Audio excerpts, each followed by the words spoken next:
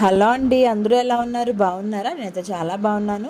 So ఈరోజైతే నేను మీ అందరికి ఇష్టం లేని వీడియోతో అయితే మీ ముందుకు వచ్చాను అనమాట. నేను చాలా రోజుల నుంచి హెయిర్ కట్ చేయించుకుందాం అనుకుంటూ అలా డిలే చేసాను అనమాట. సో ఫైనల్లీ ఈరోజైతే నేను హెయిర్ కట్ చేయించుకుంటున్నాను.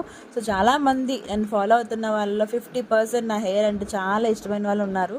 బట్ వాళ్ళందరికీ నేను డిసప్పాయింట్ చేసినట్టే.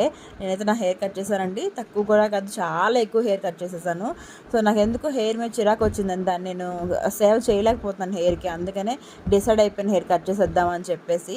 సో ఫైనల్లీ నేనైతే హెయిర్ ఇంత షార్ట్ చేశాను. ఇదైతే నా డ్రీమ్ అనమాట.